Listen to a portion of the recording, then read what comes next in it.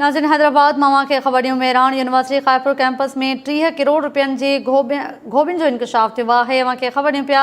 Mehran university जो VC Aslam अकीली ऐं pro VC doctor ताहा जांच ऑफिसर ॾाढो पेश थिया आहिनि। मां खे ख़बरियूं पिया। मेहरान यूनिवर्सिटी ख़ैरपुर कैंपस में 30 करोड़ रुपयनि जे घपलनि जो इंकशाफ थियो आहे।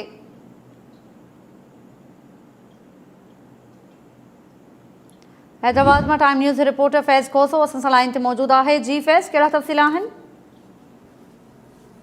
जितारा मेहरान इंजीनियरिंग यूनिवर्सिटी जामशोरो के खैरपुर कैंपस में 3 करोड़ रुपयन का रक़म जी घपलन की जांच एंटी करप्शन खाते शुरू कर छड़ी है, जैमें यूनिवर्सिटी जो vice chancellor professor doctor Mohammad Aslam Mukeli और प्रो वाइस चांसलर डॉक्टर साहब एंटी करप्शन के जांच ऑफिसर वट पेश थिया आहिनि। ज़रीन जो चवण है कि जांच एंटी करप्शन खाते जो डायरेक्टर इंक्वायरीज 2 गुलाम मुस्तफ़ा मेमून करे रहियो आहे, जैं vice chancellor doctor Mohammad Aslam Mukeli doctor Saha के सवालनामा ॾिना आहिनि ऐं चयो आहे त उन्हनि सवालनि जा जवाब जमा कराया वञनि त जीअं जांच खे अॻिते वधाए सघिजे।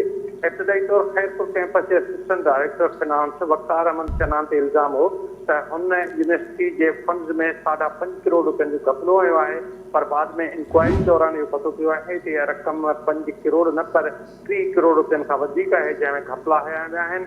रक़म में वधीक घपलनि जो इंकशाफ थियण खां पोइ जांच जो दायरो वसी कंदे डायरेक्टर फिनांस मुनीर अहमद शेख खे बि जांच में शामिल करण जो फ़ैसिलो कयो वियो आहे।